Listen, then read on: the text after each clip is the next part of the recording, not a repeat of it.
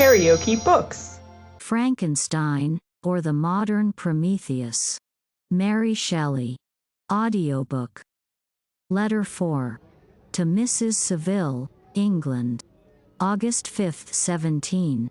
So strange an accident has happened to us that I cannot forbear recording it, although it is very probable that you will see me before these papers can come into your possession. Last Monday, July 31st, we were nearly surrounded by ice, which closed in the ship on all sides, scarcely leaving her the sea room in which she floated. Our situation was somewhat dangerous, especially as we were compassed round by a very thick fog. We accordingly lay to, hoping that some change would take place in the atmosphere and weather. About 2 o'clock the mist cleared away, and we beheld, stretched out in every direction, vast and irregular plains of ice, which seemed to have no end. Some of my comrades groaned, and my own mind began to grow watchful with anxious thoughts, when a strange sight suddenly attracted our attention and diverted our solicitude from our own situation. We perceived a low carriage, fixed on a sledge and drawn by dogs, pass on towards the north, at the distance of half a mile. A being which had the shape of a man, but apparently of gigantic stature, sat in the sledge and guided the dogs. We watched the rapid progress of the traveler with our telescopes until he was lost among the distant inequalities of the ice. This appearance excited our unqualified wonder. We were, as we believed, many hundred miles from any land, but this apparition seemed to denote that it was not, in reality, so distant as we had supposed. Shut in, however, by ice, it was impossible to follow his track, which we had observed with the greatest attention. About 2 hours after this occurrence we heard the ground sea, and before night the ice broke and freed our ship. We, however, lay to until the morning, fearing to encounter in the dark those large loose masses which float about after the breaking up of the ice. I profited of this time to rest for a few hours. In the morning, however, as soon as it was light, I went upon deck and found all the sailors busy on one side of the vessel, apparently talking to someone in the sea. It was, in fact, a sledge, like that we had seen before, which had drifted towards us in the night on a large fragment of ice. Only one dog remained alive, but there was a human being within it whom the sailors were persuading to enter the vessel. He was not, as the other travelers seemed to be, a savage inhabitant of some undiscovered island, but a European. When I appeared on deck the master said, "Here is our captain, and he will not allow you to perish on the open sea." On perceiving me, the stranger addressed me in English, although with a foreign accent. "Before I come on board your vessel," said he, "will you have the kindness to inform me whither you are bound?" You may conceive my astonishment on hearing such a question addressed to me from a man on the brink of destruction and to whom I should have supposed that my vessel would have been a resource which he would not have exchanged for the most precious wealth the earth can afford. I replied, however, that we were on a voyage of discovery towards the northern pole. Upon hearing this he appeared satisfied and consented to come on board. Good God! Margaret, if you had seen the man who thus capitulated for his safety, your surprise would have been boundless. His limbs were nearly frozen, and his body dreadfully emaciated by fatigue and suffering. I never saw a man in so wretched a condition. We attempted to carry him into the cabin, but as soon as he had quitted the fresh air he fainted. We accordingly brought him back to the deck and restored him to animation by rubbing him with brandy and forcing him to swallow a small quantity. As soon as he showed signs of life, we wrapped him up in blankets and placed him near the chimney of the kitchen stove. By slow degrees he recovered and ate a little soup, which restored him wonderfully. 2 days passed in this manner before he was able to speak, and I often feared that his sufferings had deprived him of understanding. When he had in some measure recovered, I removed him to my own cabin and attended on him as much as my duty would permit. I never saw a more interesting creature. His eyes have generally an expression of wildness, and even madness. But there are moments when, if anyone performs an act of kindness towards him or does him any the most trifling service, his whole countenance is lighted up, as it were, with a beam of benevolence and sweetness that I never saw equaled. But he is generally melancholy and despairing, and sometimes he gnashes his teeth, as if impatient of the weight of woes that oppresses him. When my guest was a little recovered, I had great trouble to keep off the men, who wished to ask him 1,000 questions, but I would not allow him to be tormented by their idle curiosity, in a state of body and mind whose restoration evidently depended upon entire repose. Once, however, the lieutenant asked why he had come so far upon the ice in so strange a vehicle. His countenance instantly assumed an aspect of the deepest gloom, and he replied, "To seek one who fled from me." "And did the man whom you pursued travel in the same fashion?" "Yes." "Then I fancy we have seen him, for the day before we picked you up we saw some dogs drawing a sledge, with a man in it, across the ice." This aroused the stranger's attention, and he asked a multitude of questions concerning the route which the demon, as he called him, had pursued. Soon after, when he was alone with me, he said, "I have, doubtless, excited your curiosity, as well as that of these good people. But you are too considerate to make inquiries. Certainly, it would indeed be very impertinent and inhuman in me to trouble you with any inquisitiveness of mine. And yet you rescued me from a strange and perilous situation. You have benevolently restored me to life." Soon after this he inquired if I thought that the breaking up of the ice had destroyed the other sledge.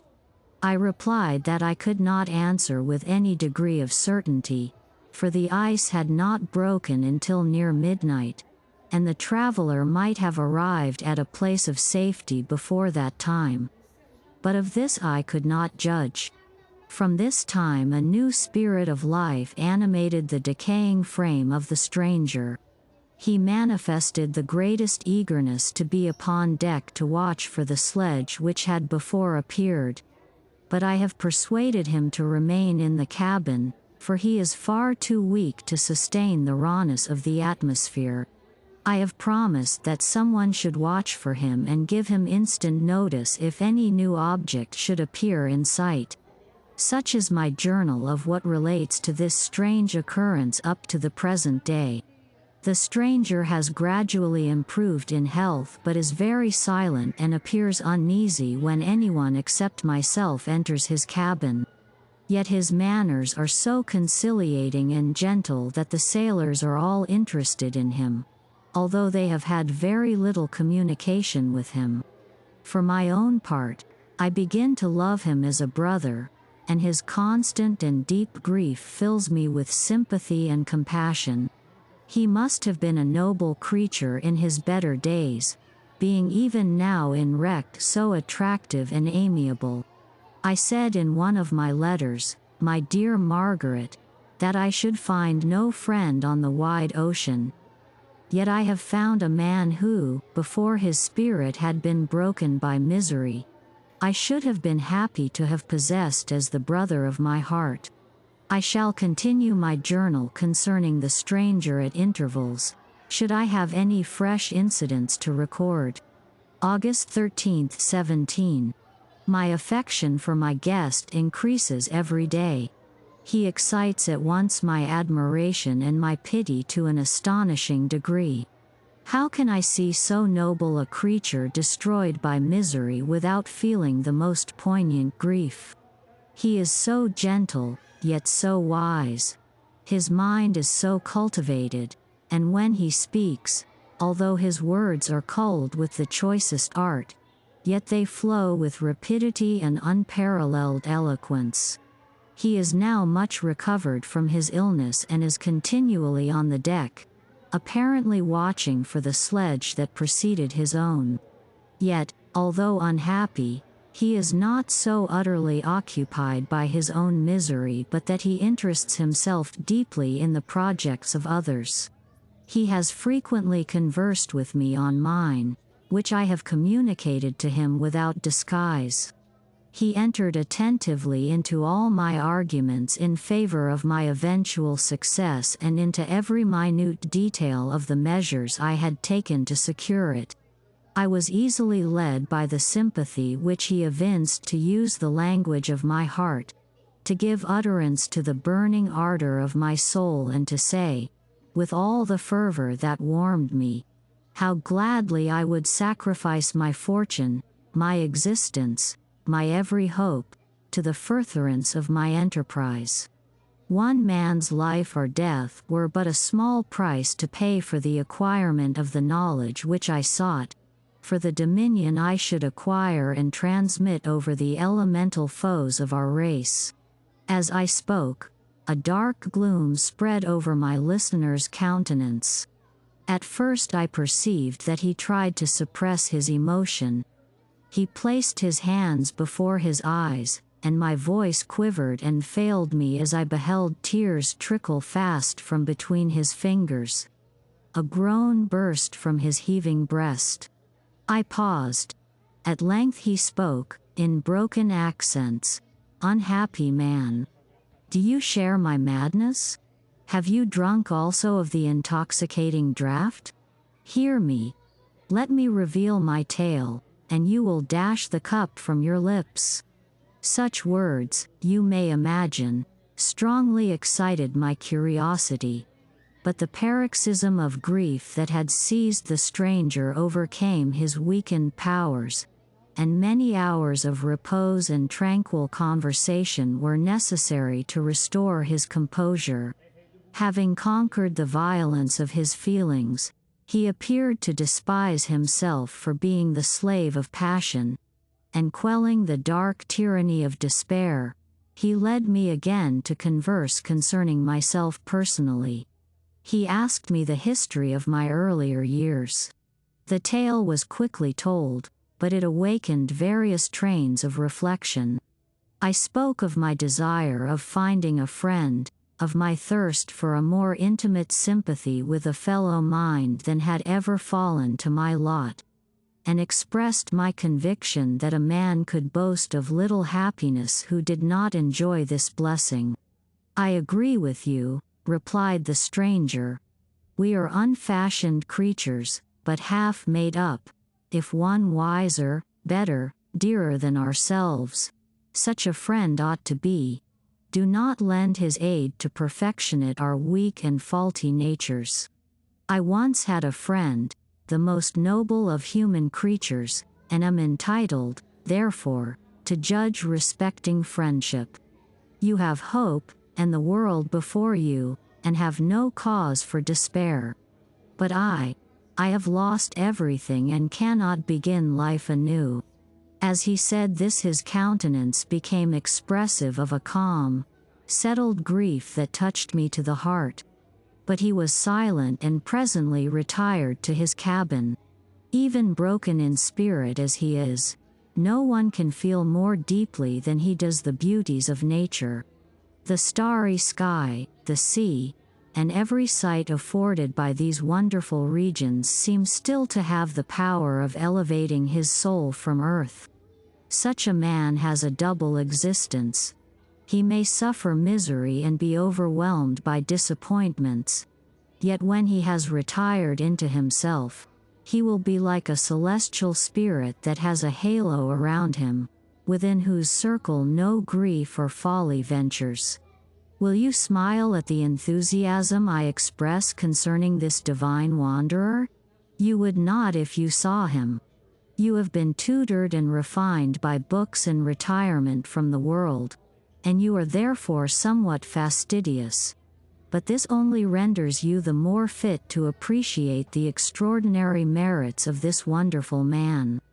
Sometimes I have endeavored to discover what quality it is which he possesses that elevates him so immeasurably above any other person I ever knew. I believe it to be an intuitive discernment, a quick but never failing power of judgment, a penetration into the causes of things, unequaled for clearness and precision. Add to this a facility of expression and a voice whose varied intonations are soul-subduing music. August 19, 17. Yesterday the stranger said to me, "You may easily perceive, Captain Walton, that I have suffered great and unparalleled misfortunes. I had determined at one time that the memory of these evils should die with me, but you have won me to alter my determination. You seek for knowledge and wisdom, as I once did, and I ardently hope that the gratification of your wishes may not be a serpent to sting you, as mine has been. I do not know that the relation of my disasters will be useful to you. Yet, when I reflect that you are pursuing the same course, exposing yourself to the same dangers which have rendered me what I am, I imagine that you may deduce an apparent moral from my tale, one that may direct you if you succeed in your undertaking and console you in case of failure. Prepare to hear of occurrences which are usually deemed marvelous. Were we among the tamer scenes of nature, I might fear to encounter your unbelief, perhaps your ridicule. But many things will appear possible in these wild and mysterious regions which would provoke the laughter of those unacquainted with the ever-varied powers of nature. Nor can I doubt but that my tale conveys in its series internal evidence of the truth of the events of which it is composed. You may easily imagine that I was much gratified by the offered communication, yet I could not endure that he should renew his grief by a recital of his misfortunes. I felt the greatest eagerness to hear the promised narrative, partly from curiosity and partly from a strong desire to ameliorate his fate if it were in my power. I expressed these feelings in my answer. "I thank you," he replied, "for your sympathy, but it is useless. My fate is nearly fulfilled. I wait but for one event, and then I shall repose in peace.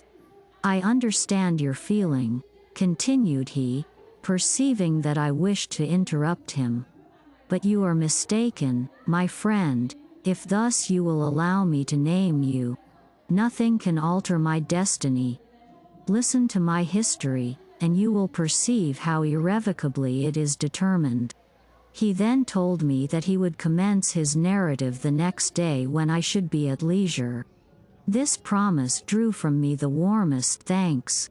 I have resolved every night, when I am not imperatively occupied by my duties, to record, as nearly as possible in his own words, what he has related during the day. If I should be engaged, I will at least make notes. This manuscript will doubtless afford you the greatest pleasure, but to me, who know him, and who hear it from his own lips, with what interest and sympathy shall I read it in some future day? Even now, as I commence my task, his full-toned voice swells in my ears. His lustrous eyes dwell on me with all their melancholy sweetness. I see his thin hand raised in animation, while the lineaments of his face are irradiated by the soul within. Strange and harrowing must be his story, frightful the storm which embraced the gallant vessel on its course and wrecked it. Thus. If you liked what you heard, please subscribe to the channel.